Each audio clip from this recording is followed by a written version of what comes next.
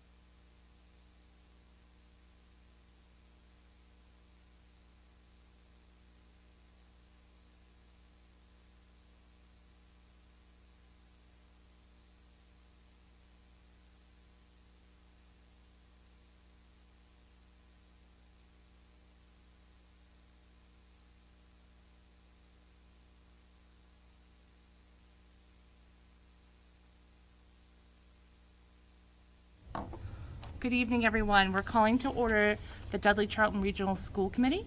It is Wednesday, June 12th. It is 7:03 p.m. and we are at the Shepherd Hill Regional High School.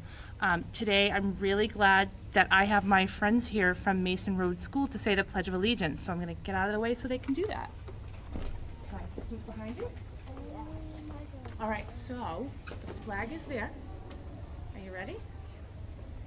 Let me start. I pledge allegiance to the flag of the United States of America and to the republic for which it stands, one nation, under God, indivisible, with liberty and justice for all. You all did a wonderful job. All right, so now you get to present to us. So go see Mrs. Yep, go ahead. Go see Miss Desto. Okay, we're gonna, just so that the kids can be able to go to bed tonight, we're gonna move right to their showcase and then we'll continue the agenda a little bit later. Yep, I am good. We're gonna be joined by a lot of preschoolers in a minute.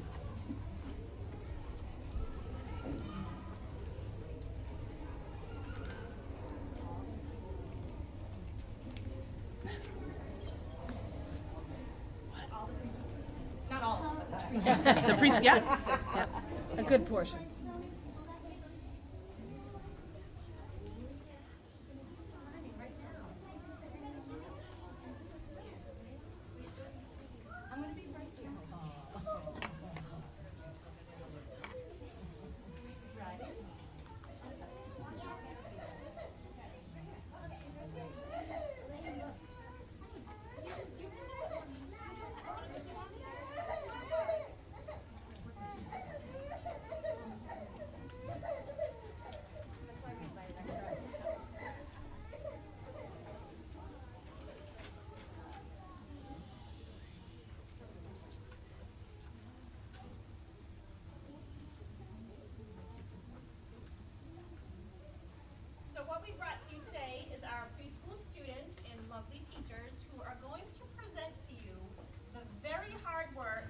Our students have been doing all year long to learn how to read. Are you guys ready? You do this with Mrs. Gray all the time and your teachers, so I know you're ready. Okay? Are you going to stay seated? Do you want to do this? So we've been learning a lot this year about the sounds in words. And just wait, sit back and watch the magic. That's all I'm going to say. Are you ready? What are we starting with? Rhyming. We always start with rhyming, so I'm going to give you a pair of words. How many words? 2. And you're going to give me a thumbs up if they rhyme and a thumbs down if they don't. Are you ready? Sat, mat. Sat, mat. In, when. In, when. Best, best. Best, best. Eat, they. Eat, they. How, now. How, now. They both say ow. Good job. Okay, now we're going to listen for the very first sound in the So I'm going to give you a pair of words. 2 words, and they're both going to begin with the same sound. So you repeat those 2 words and then tell me the first sound. Are you ready? Seat, song. Seat, song. Odd, ox. Odd, ox. Good. It's, if. It's, if. If. If. Say it's. It's, If. Bite, bag. bite, bag. Wash, wait. Wash, wait. Good. Okay, now I'm going to give you 2 sounds, and you're going to repeat those sounds. Are you ready, word ninjas? Repeat those sounds and put them together to make a word. Here you go. Book, I. I, Buy. A. A, say. D, ooh. Do, A. way. E. E, Wow. wow. Okay, now we're listening for the very last or final sound in the word. So get your superhero capes up, or you can stand if you'd like, and we're going to punch up that last or final sound. So I say the word, you repeat it. Are you ready? Oh yeah, Aiden's a pro. Ready? The word is cut. Cut. What was the last sound?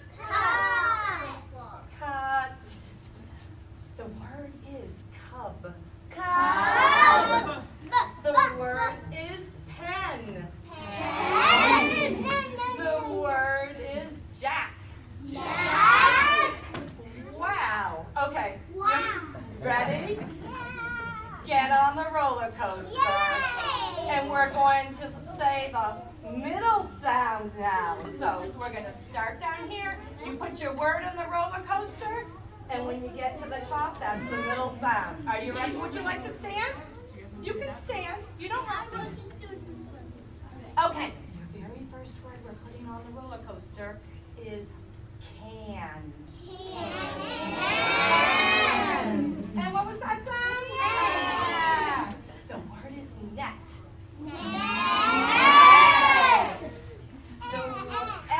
Good. The word is sit.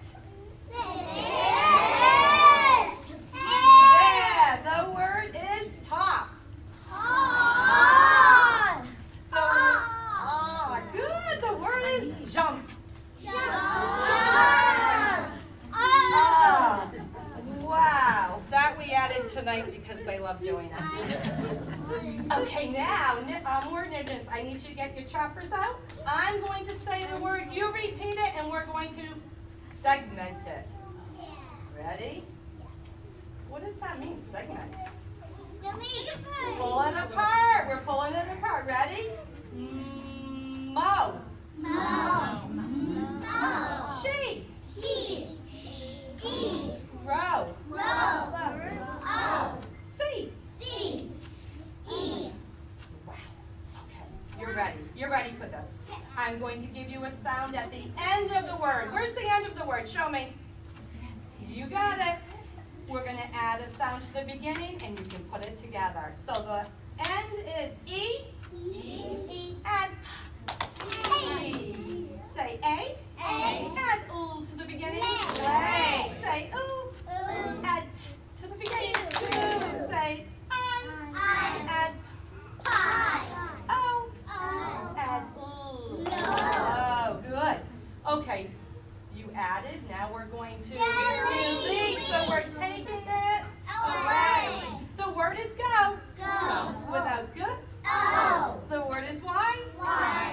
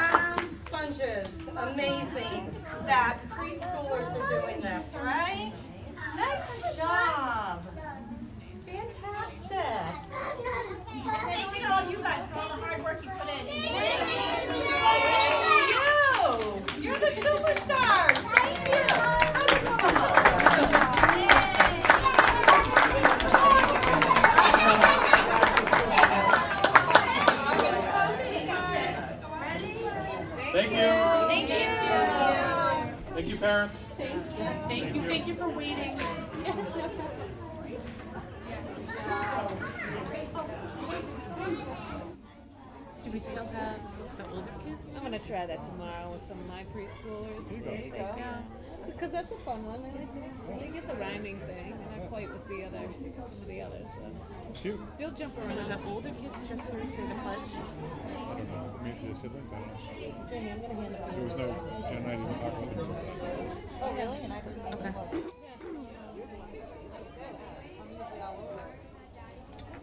I would say like half. I don't know how that happened. Half? Yeah, maybe. Yeah. Oh. Still crying.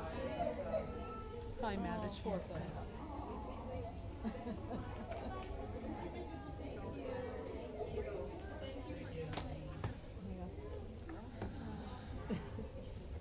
Very cute. That was great.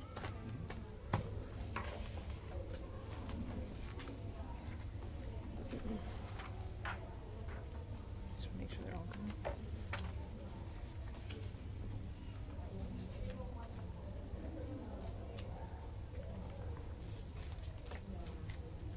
Sorry.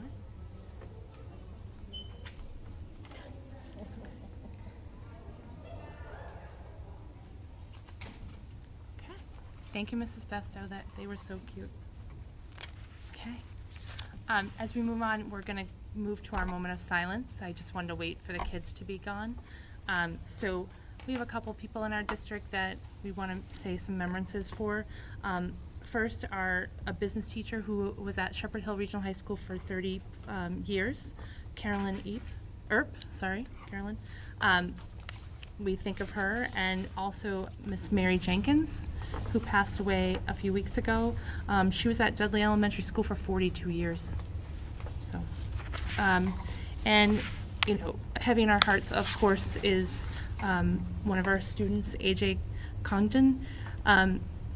Just to let people know, his calling hours will be Monday on the 17th from 4 to 7 p.m. at St. Louis Church in Webster. The funeral is the next day on Tuesday the 18th at 10 a.m. at St. Louis Church as well. So we keep him and his family in our thoughts, and all their teachers and students that are his friends. So we'll say a moment of silence. Thank you.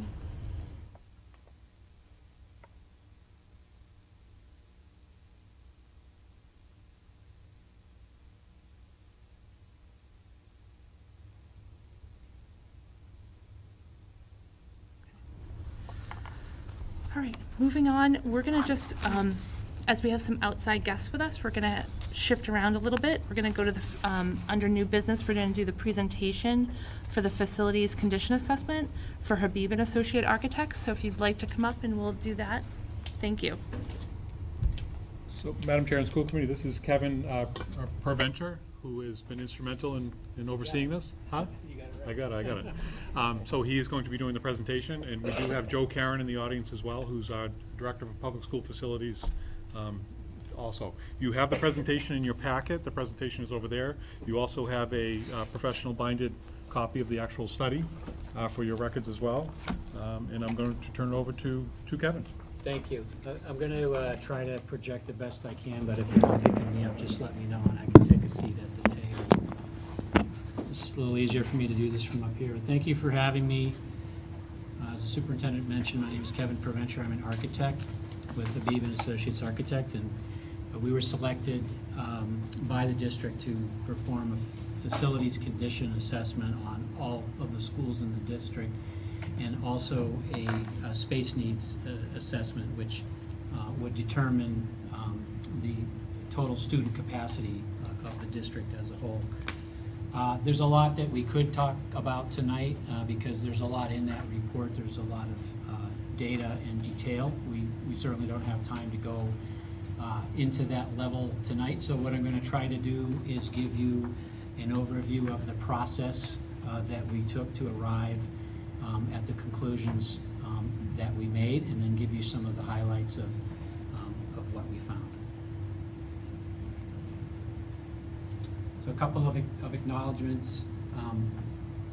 Stephen and Joe were instrumental in putting this together, as well as all of the head custodians. Every one of them participated in this through an interview, and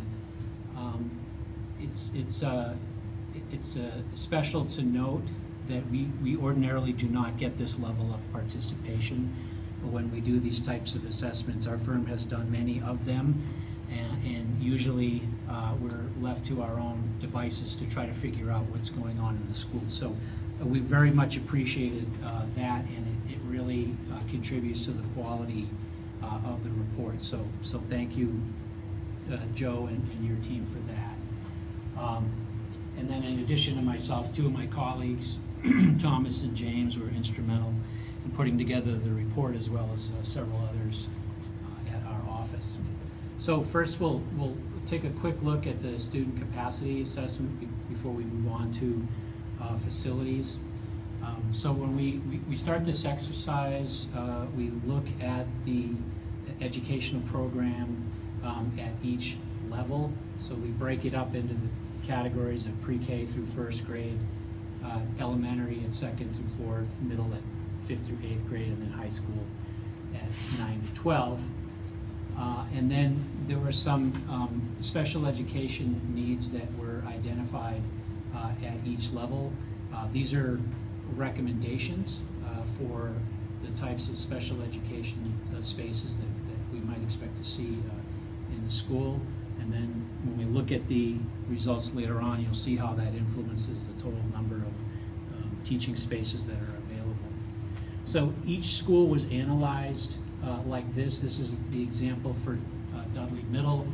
We did a diagram like this for every school, and you'll see all of those in the report. But basically, it's a color-coded plan of the school at each level that identifies the different types of spaces and their use. So it's pretty easy to spot the classrooms here, which are the gold color, which are the core academic spaces. So the result of the exercise is this table right here, where all of the different types of spaces are identified here on the left, starting with classrooms, media center, gymnasium, cafeteria, art and music, and auditorium, and then those special education spaces that I mentioned earlier are listed here. And then the next column shows the recommended area for each type of space. And that information we get directly from the MSBA's recommendations for space allocations. And so that's what the MSBA is looking for, and that's what we use as our basis. And based on those numbers and those diagrams that we saw a little bit earlier, we count up the number of existing classrooms, and then for spaces that might not exist that we want to see in the school, and I think in almost every case it was in special education, we add those back in, and then those numbers, if there's not space available for them in the school, they potentially take away from the number of teaching spaces. And so the result is the second column here, which shows the remaining number of classrooms if we were to incorporate all of these other things. So everything totals down to the operating capacity or the student capacity at each school. So moving from left to right, Charlton to Shepherd Hill.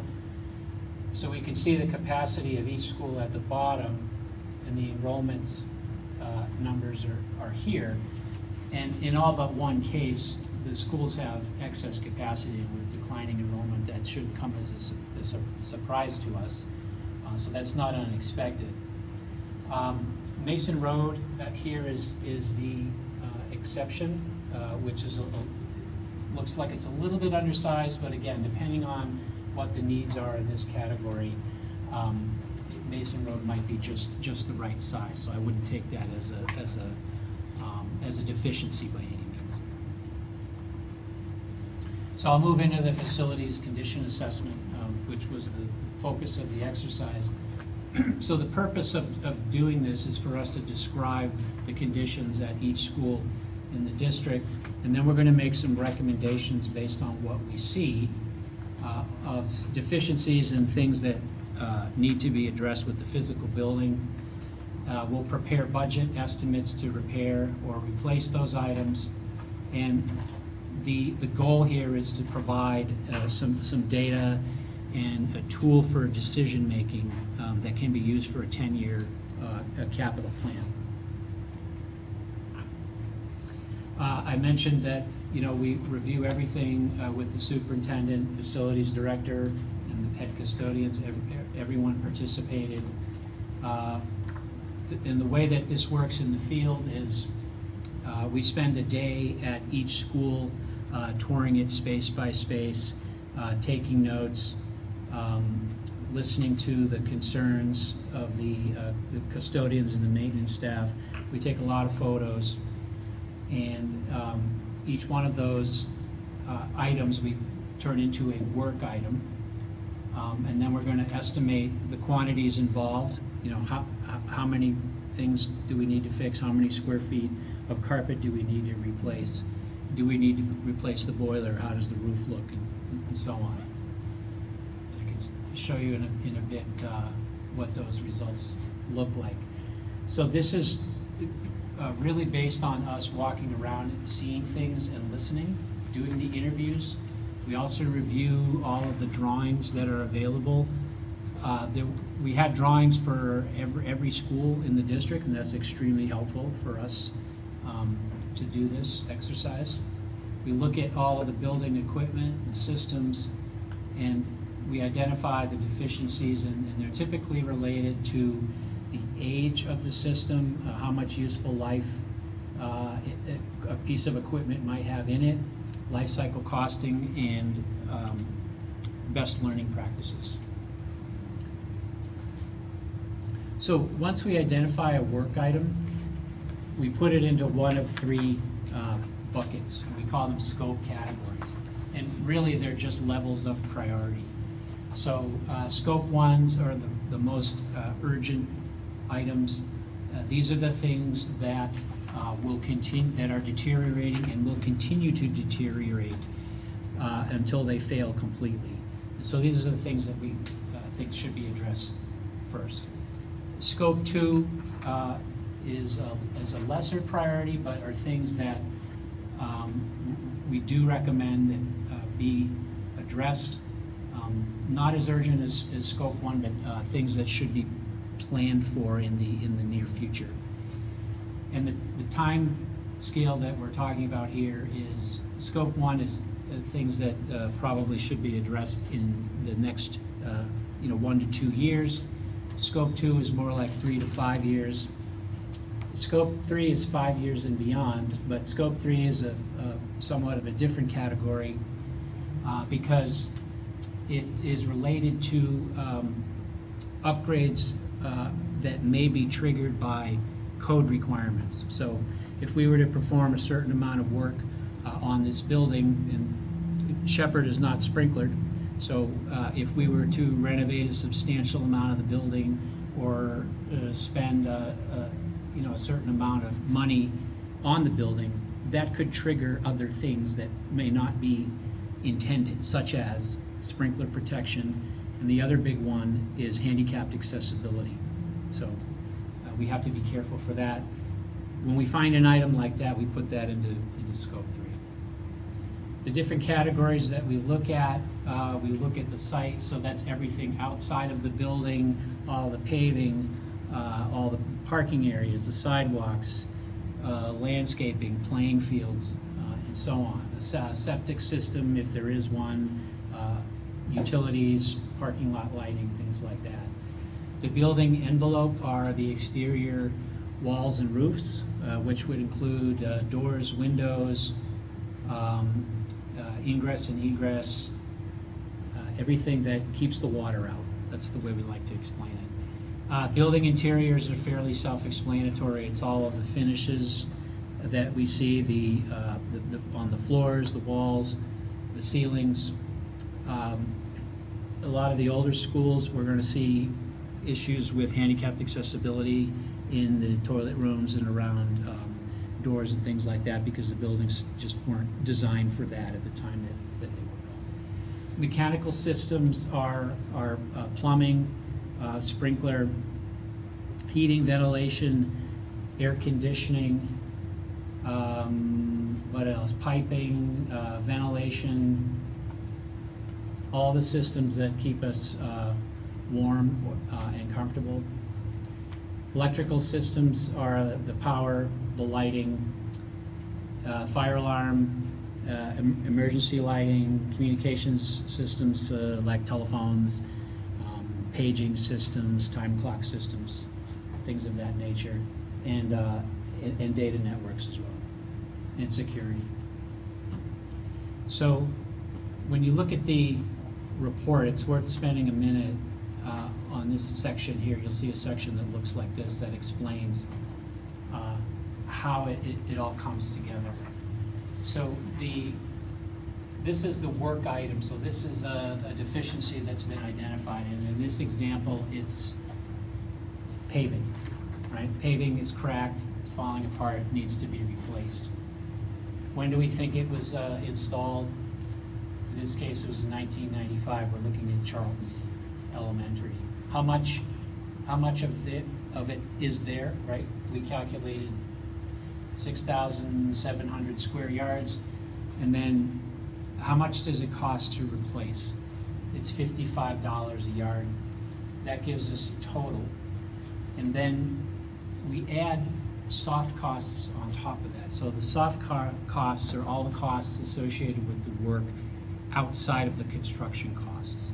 So those are the fees that you pay to people like us, architects, engineers, contractors, general conditions, fees, all of that.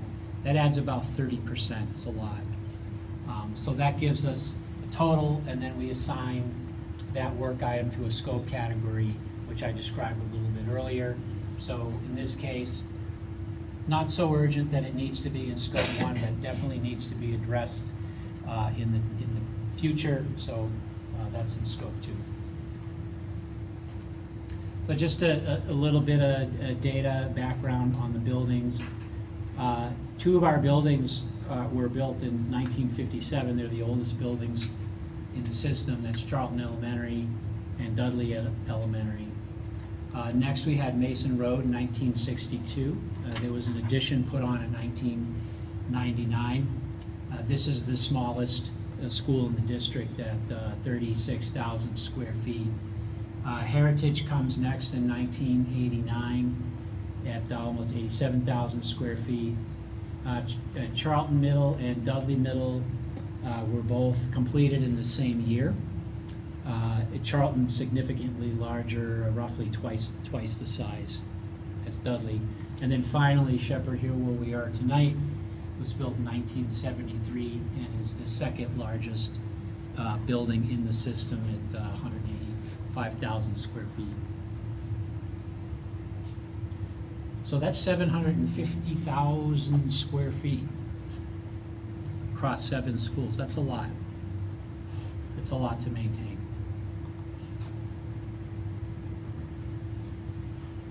So when we total everything up,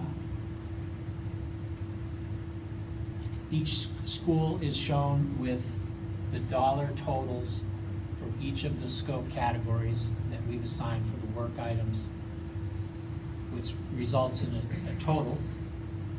And that's just the arithmetic. But when we get down here at the bottom, I want you to take a look at this. This is escalation or inflation, because we know that the work's not going to be done tomorrow or next week or next month and maybe not even next year, and it will cost more, right? The longer we wait, the more it will cost. So right now, what we're experiencing is about a 5% escalation in construction. That's year over year. We're hoping that's going to settle down to 4% in the next 2 to 5 years, where historically it has been. Of course, with the pandemic, there was a huge escalation in building costs, and it was up over 6% for a year or 2. So good news is it's coming down, but we'd like to see it come down a little bit further. But when we total everything up, there's potentially, if we were to address everything in the report, $164 million. That's a lot. And that doesn't mean that that's what you will spend. It means what you could spend if everything were to be addressed. I'll say one last thing about this, and then I'll move on. I want you to take a look at the Heritage School. The total on Heritage was 52 million. Now that's significantly higher than all of the other schools, including Shepherd. Now, Shepherd is a large building, and it's one of the oldest buildings in the system. Not surprising that we would find that there's a lot of work to do there. Heritage is significantly smaller, and it's not as old. So why is that? And there is a reason, and we'll get to that in a minute when we start looking at the building envelope. So, we can't go through this line by line and look at every deficiency, but there's some common themes that we see, so we can just kind of give you an overview of the types of things that we find. In general, I did mention that the schools are very well maintained. So, the things that we see are not the result of lack of maintenance. It's really lack of funding, right? So everyone is doing the job that they're supposed to do, and the buildings have the type of deterioration that we would expect to see based on the age and the use. We see a lot of issues with pavements, sidewalks, the curbing. The envelope roofs are a big issue on almost every school, except for one, I think, that had a roof replaced recently. Exterior walls, all of the schools have a brick facade, I think with the exception of Heritage. And you can see when water gets into a brick wall, you get staining like that, which indicates that there's a moisture problem there. Also seeing some issues with some of the windows leaking, or the seals have failed and they're starting to fog up. And then on the interiors, this is the wear and tear that we would expect to find in any schools. The carpets wear out. The needs to be repainted. The ceiling tiles are sagging because the buildings might not be ventilated like they usually are during the school year. And that causes them to hold moisture and they start to sag. You'll see that in a lot of schools. If the roof is leaking, you'll see stains on the ceiling too.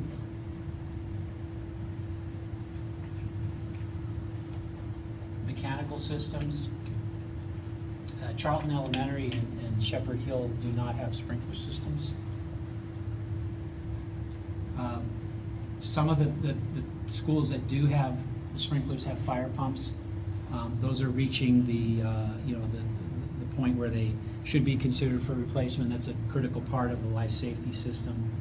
A lot of the older schools have original equipment such as the boilers. That's an emergency generator right there.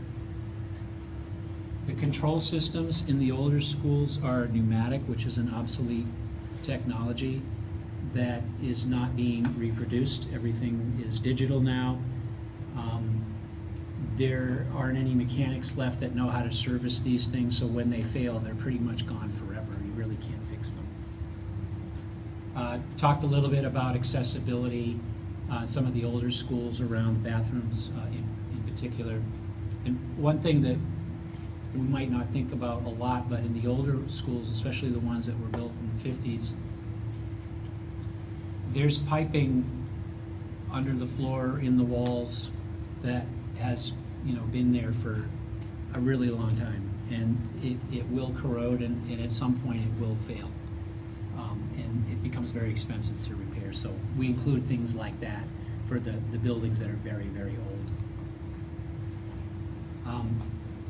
And finally, electrical system. I mentioned standby generators are important to maintain because they provide the emergency power when power is lost.